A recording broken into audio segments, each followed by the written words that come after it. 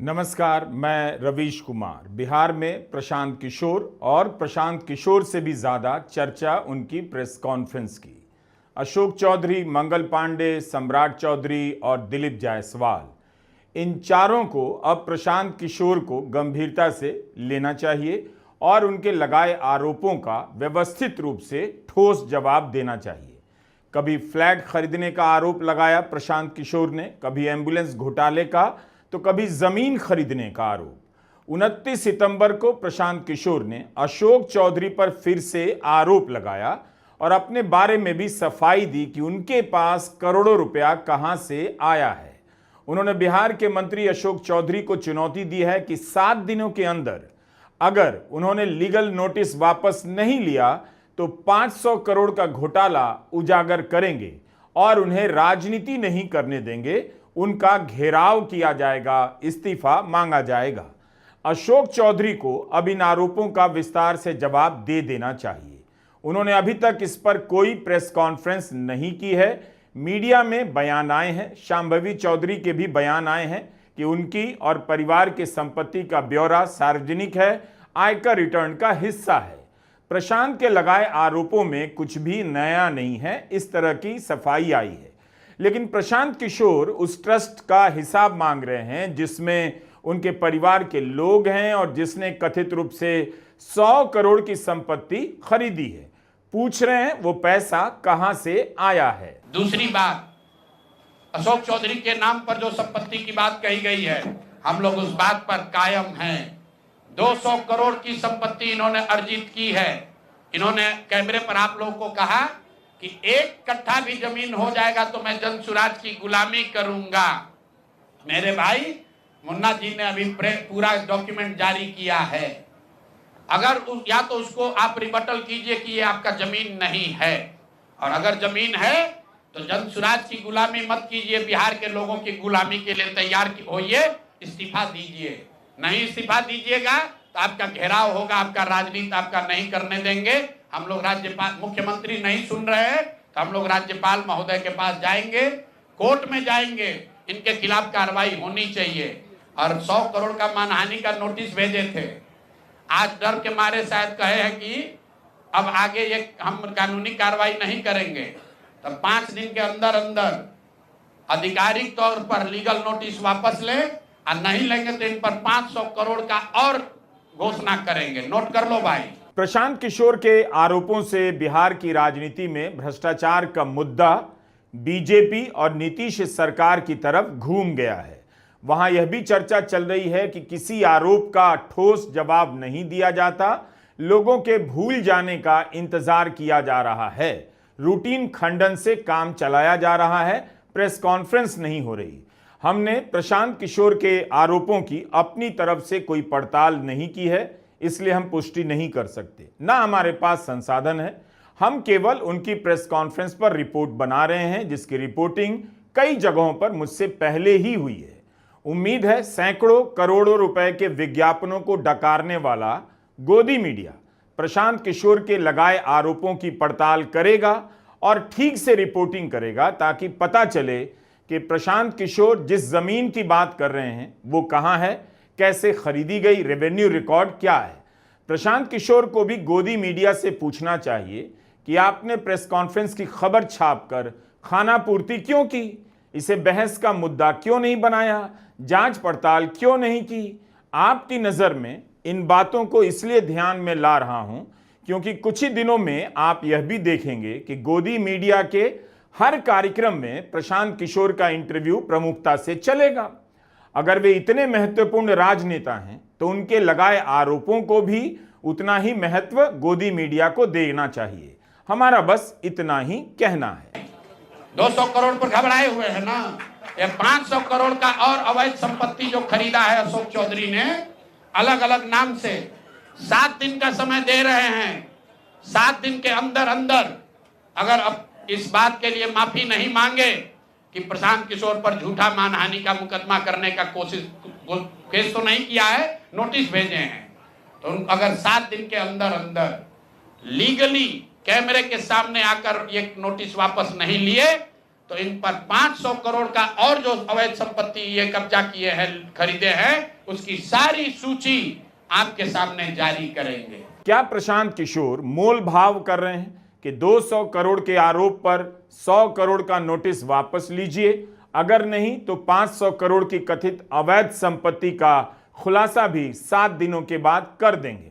प्रशांत किशोर का आरोप है कि वैभव विकास ट्रस्ट के जरिए 1 साल में 100 करोड़ की जमीन खरीदी गई।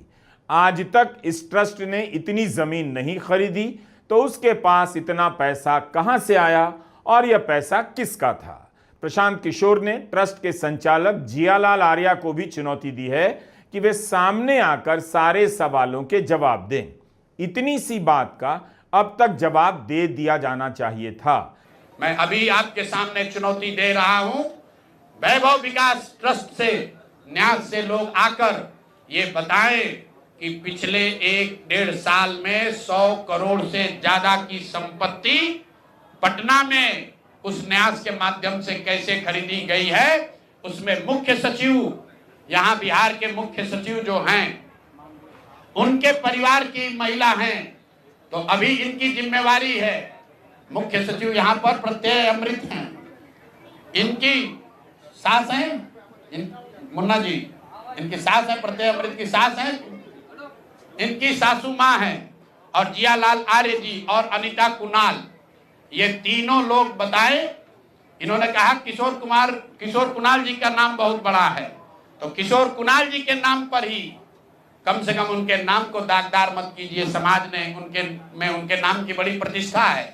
तो आप प्रेस को बुलाइए और क्लियर कीजिए कि आपके न्यास से मैं 3 लोगों का नाम ले रहा हूं। जियालाल आर्य जो बहुत सम्मानित व्यक्ति हैं, ईमानदार व्यक्ति हैं, उनकी ऐसी छवि है। दूसरा अनीता कुणाल जी जो किशोर कुणाल जी की पत्नी है, और तीसरा यहाँ के मुख्य सचिव की सासू मां। ये तीनों लोग बताएं कि न्यास में 100 करोड़ से ज्यादा की संपत्ति खरीदने का पैसा कहां से आया है।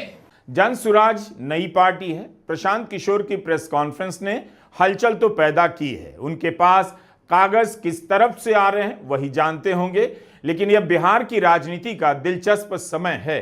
बीजेपी के मंत्रियों के खिलाफ भी कागज पहुंच जा रहे हैं और जदयू के मंत्री के खिलाफ भी आ जा रहे हैं। चुनाव के समय राजनीति अपना खेल करती है, लेकिन सैकड़ों करोड़ रुपए के घोटाले को आप राजनीति कहकर खारिज नहीं कर सकते। इसलिए अशोक चौधरी को अब प्रेस कॉन्फ्रेंस करनी चाहिए। अगर प्रशांत किशोर की बात वे नहीं सुन रहे हैं तो जदयू के प्रवक्ता नीरज कुमार की बात उन्हें सुन लेनी चाहिए। कुछ दिन पहले नीरज कुमार ने कहा था जिस पर आरोप लगा है उसे सामने आकर जवाब देना चाहिए। पार्टी के प्रवक्ता हैं नीरज कुमार। क्या पार्टी अशोक चौधरी से किनारा कर रही है या नीरज कुमार किनारे हो रहे हैं? कह रहे हैं आरोपों की सच्चाई क्या है मैं नहीं जानता। प्रशांत किशोर ने आरोप लगाया, आरोप की सच्चाई क्या है मैं नहीं जानता। प्रतिपक्ष के नेता माननीय तेजस्वी यादव जब महागठबंधन की सरकार थी तो आरोप लगा था। हमारी पार्टी ने स्पष्टता के साथ कहा कि आप पर आरोप लगा है, आपको जवाब देना होगा।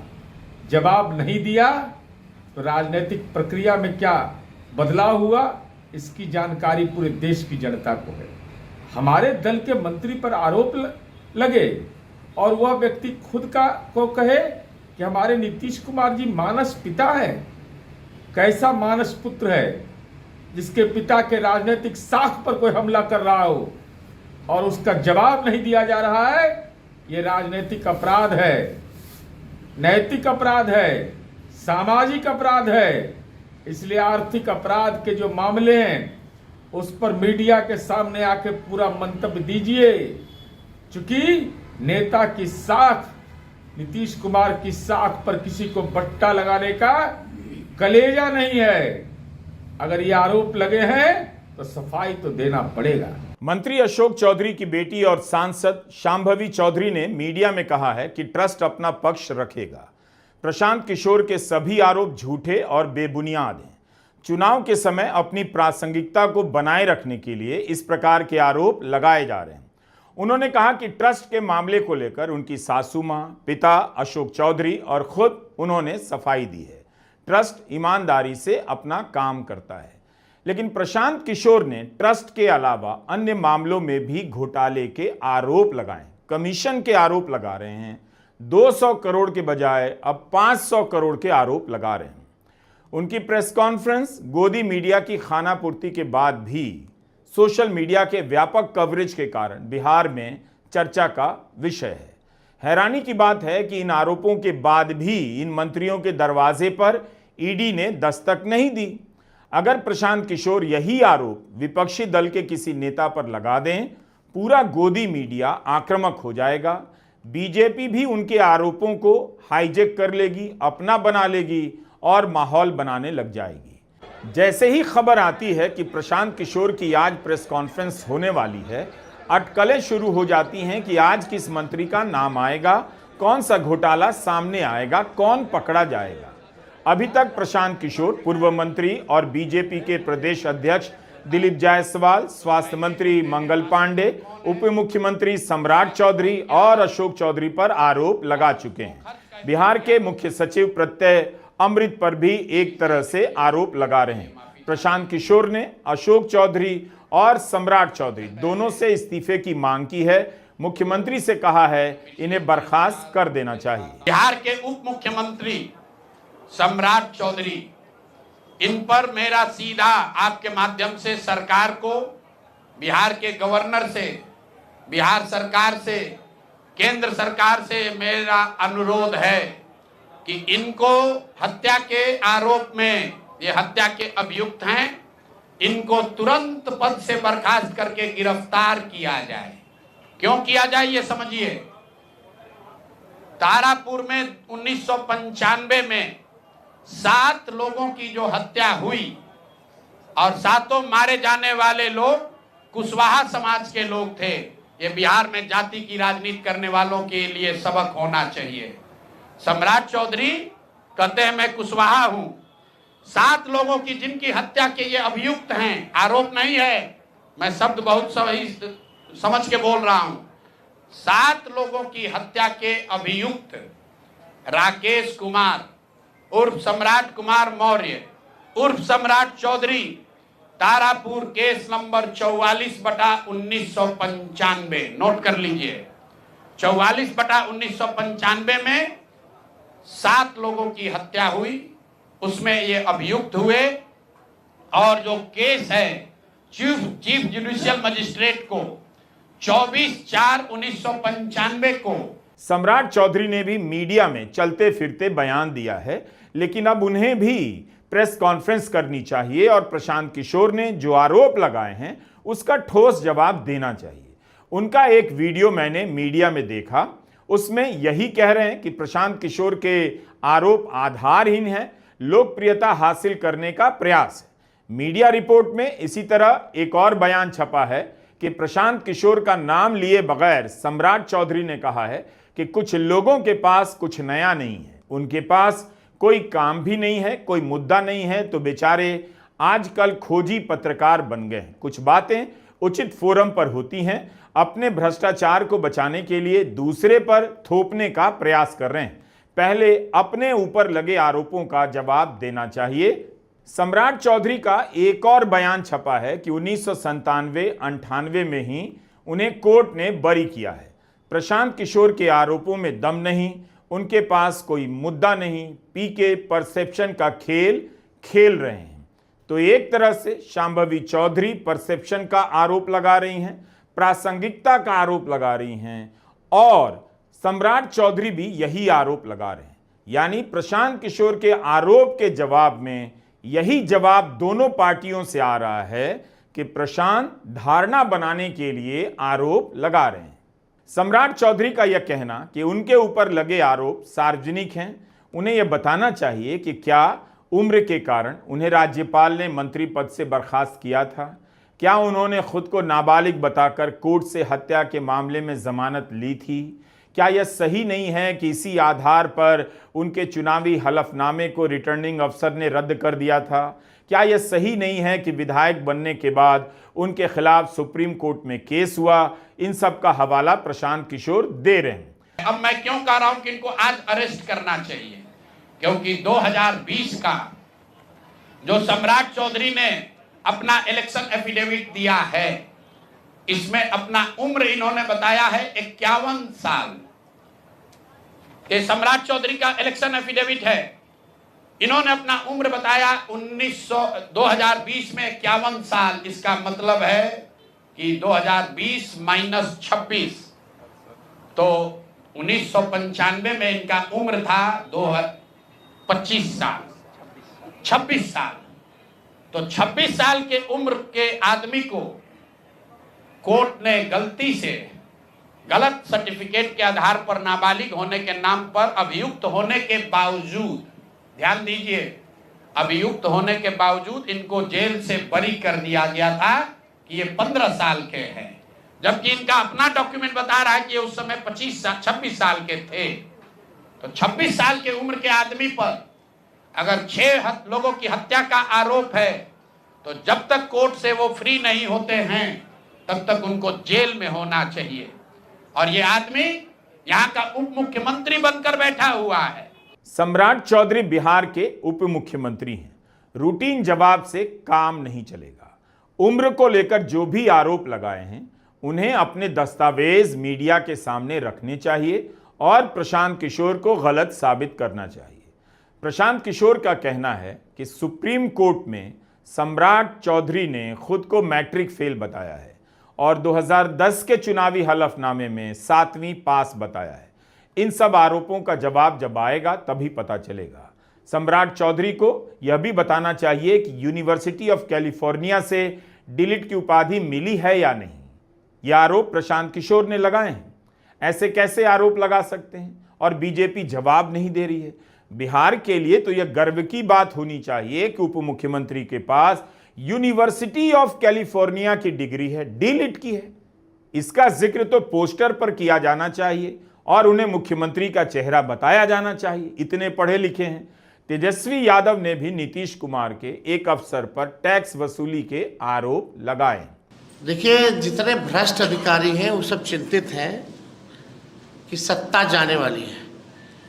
बीजेपी और जेडीयू से भी सबसे ज्यादा अगर कोई डरा है तो भ्रष्ट अधिकारी डरे हुए हैं। डी ग्रुप जो है, डी छाप वाला अधिकारी सब, डी के छाप वाला अधिकारी सब, वो सब ज्यादा डरा हुआ है कि अब कैसे काम धंधा चलेगा। अपने अपने बच्चों के लिए इन लोगों ने कंसल्टेंसी खोल रखी है। बिहार का तिजोरी खाली हो रहा है। हर विभागों में ये लोग घुसे हुए हैं। ऐसा नहीं है कि एक जगह से चोरी की जा रही, कोई विभाग जो है बचा नहीं है। डीके छाप वाले जितने अधिकारी हैं, भ्रष्टाचार का आलम यह है कि पटना में सरकारी जो भवनें हैं वहाँ आप देखिएगा साफ सफाई झाड़ू पोछा के लिए, हमने ये पहले भी बोला था, बोले सरकारी भवनों के लिए साफ सफाई या झाड़ू पोछा के लिए लगभग 700 करोड़ रुपया खर्च होता है। संविदा कर्मियों के मानदेय बढ़ा नहीं सकते, लेकिन सब कुछ आउटसोर्स्ड है। तो इतना घपला चल रहा है बिहार में भ्रष्टाचार का, मतलब आप कह सकते हैं ऑर्गेनाइजेशनल करप्शन जो है पूरी तरीके से चल रहा है। अब बिहार का संगठित भ्रष्टाचार और खुदरा भ्रष्टाचार सारे रिकॉर्ड तोड़ चुका है। नीतीश जी भ्रष्टाचार के धृष्ट राष्ट्र हो गए। क्या नीतीश कुमार इन मुद्दों पर प्रेस कॉन्फ्रेंस करेंगे, जवाब देंगे, या यही सब दोहराते रहेंगे जो पिछले कुछ समय से हर भाषण में, हर रैली में दोहराते रहे हैं? पहले उन लोगों में मिल गए, गलती हो गई, अब नहीं मिलेंगे, समझ रहे हैं पटिया के लोग मिलवा दहीज था, अब यहीं रहेंगे। इससे अधिक नीतीश कुमार इन दिनों नहीं बोलते। उन्हें इन आरोपों पर जवाब देना चाहिए, क्योंकि नज़रअंदाज करने की, नोटिस नहीं करने की रणनीति अब काम नहीं कर रही है। जनता के बीच इन मुद्दों को लेकर चर्चा होने लगी है। प्रशांत किशोर लगातार आरोप लगा रहे हैं, उन पर भी फंडिंग और पैसे को लेकर आरोप लगे तो आज उन्होंने सफाई दी। बताया कि जन सुराज फंड को 98 करोड़ रुपया दिया है। वे कंपनियों को सलाह देते हैं, जो भी कमाते हैं उस पर जीएसटी देते हैं। 30 करोड़ से अधिक जीएसटी देने का उन्होंने दावा किया है। हमने जीवन में कभी किसी से फीस नहीं लिया, लेकिन जब बिहार का अभियान शुरू किए तो ये तय किया कि अब हम फीस लेंगे, क्योंकि हमको समाज के लिए पैसा चाहिए। तो 2021-22 से जिसने भी प्रशांत किशोर से मदद ली है, जिसने भी हमसे सलाह लिया है, वो चाहे कंपनी हो या पॉलिटिकल पार्टी, पहली बार अपने जीवन में मैंने ये भी किया है कि अगर कंपनी को भी, किसी बड़े बिजनेस हाउस को भी मेरे से सलाह चाहिए, उसका मैं फीस लेता हूँ। और टोटल जो फीस लिया गया पिछले 3 बरस में मेरे व्यक्तिगत अकाउंट में या मेरे से जुड़े हुए संस्थाओं में 241 करोड़। बिहार के लोग सुन लो, कर तुम चोरी करते हो, प्रशांत किशोर ने 241 करोड़ रुपया फीस के तौर पर मैंने पिछले 3 साल में जमा किया है। इस पर 30 करोड़ 95 लाख 68,764 रुपया जीएसटी पे किया गया है। ध्यान रखिए कि जो पैसा हम लोग सलाह देते हैं, उस पर जो फीस मिलती है, उस पर 18% भारत सरकार को जीएसटी देते हैं। तो 241 करोड़ रुपया हमने फीस के तौर पर लिया 3 बरस में, और उस पर 30 करोड़ 95 लाख रुपया हमने जीएसटी भरा। उसके बाद 20 करोड़ रुपया इनकम टैक्स दिया है, 20 करोड़ रुपया टैक्स दिया है, इनकम टैक्स, और 98 करोड़ 75 लाख रुपया डोनेट किया है जन सुराज पार्टी को अपने व्यक्तिगत अकाउंट से। हमको कहता है पैसा कहां से लाते हैं, हम लोग चोर नहीं हैं। 98 करोड़ रुपया अपना व्यक्तिगत पैसा मैंने जो बच गया खर्च के बाद ये तय किया है कि जीवन में जो भी पैसा कमाएंगे इस 10 साल में, ये सब बिहार की व्यवस्था को सुधारने के लिए लगाएंगे।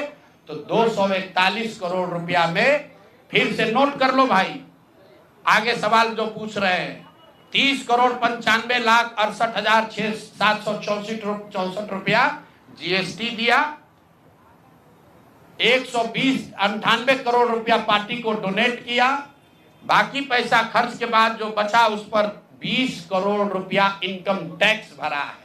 ये प्रशांत किशोर की इंटीग्रिटी है। पैसा किसने दिया? जिसको हमने सलाह दिया है। जिसको सलाह दिया तो स्रोत भी बता रहे हैं पैसा क्यों मिला। जिसको सलाह देते हैं उससे पैसा लेते हैं। गांव गांव में कहा है, सैकड़ों करोड़ रुपया लेते हैं, लेकिन चोरी नहीं करते हैं, सरस्वती का खाते हैं।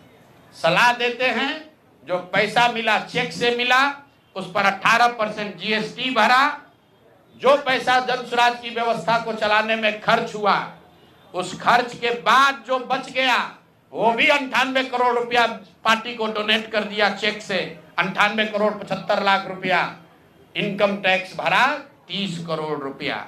चुनाव के समय हमने यही देखा है कि विपक्षी दलों के खिलाफ ईडी काफी सक्रिय हो जाती है, छापे मारने में, गिरफ्तार करने में, और यह सब काम कई राज्यों में चुनाव के शुरू होने से 1 साल पहले ही चालू हो जाता है। कम से कम ईडी, आईटी, सीबीआई पहले यही बता दे प्रशांत किशोर अपने पैसे के बारे में, सोर्स के बारे में जो हिसाब दे रहे हैं, उसमें क्या क्या गलत बोल रहे हैं या उसमें कुछ भी गलत नहीं है। अगर ईडी, सीबीआई, आईटी इतना ही बता दे तो यह भी बता दे क्या अशोक चौधरी, मंगल पांडे, दिलीप जायसवाल, सम्राट चौधरी से पूछताछ होगी या उनका खंडन ही अदालत का फैसला मान लिया जाएगा। नमस्कार, मैं रवीश कुमार।